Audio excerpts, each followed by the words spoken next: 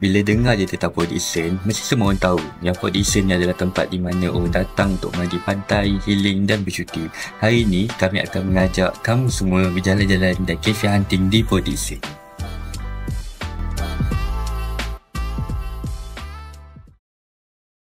Assalamualaikum, nama saya Muhammad Aiman bin Zahid. Nama saya Daniel Hakim bin Rizal. Hari ni kita nak ke mana ni, Daniel? Hari ni kita orang berdua akan keluar jalan-jalan sambil healing di Port Dickson. Let's go!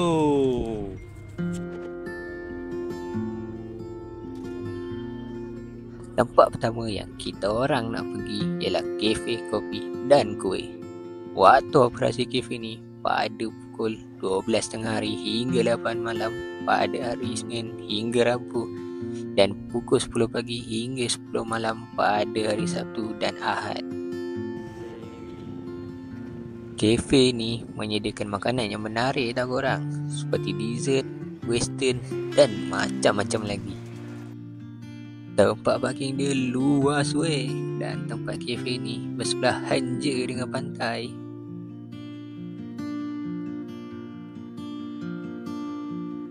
Kalau korang nak tahu, ramai orang suka pergi kafe ni sebab lepas habis dari pantai atau piknik, bolehlah diorang singgah kafe ni untuk minum-minum.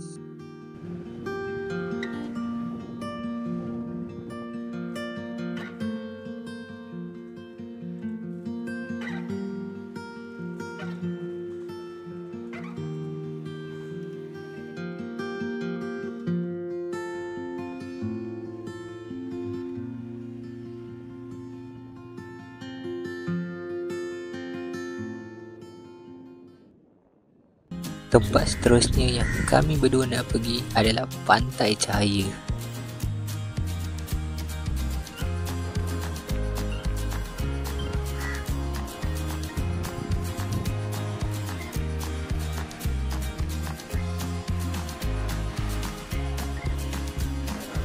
Kalau korang nak tahu, ada jambatan kayu yang menghubungkan pulau kecil dengan pulau burung dekat pantai ni.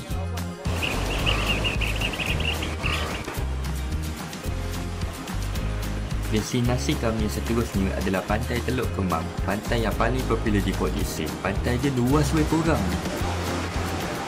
Kalau korang nak tahu, Pantai Teluk Kemang ni menjadi pilihan ramai orang tau, sebab banyak aktiviti yang korang boleh buat kat sini. Dekat sini, korang boleh mandi pantai, naik banana boat, jet ski. Kalau tak healing kat pantai ni pun boleh. Tempat terakhir yang akan kami pergi adalah Kafe Seroja.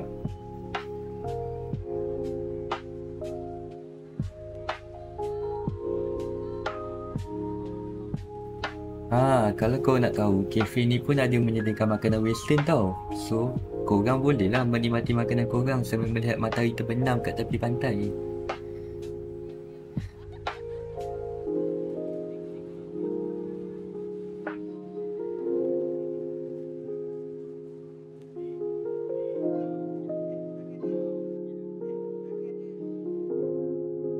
Kalau korang nak tahu, suasana kat kafe ni sangat tenang tau korang.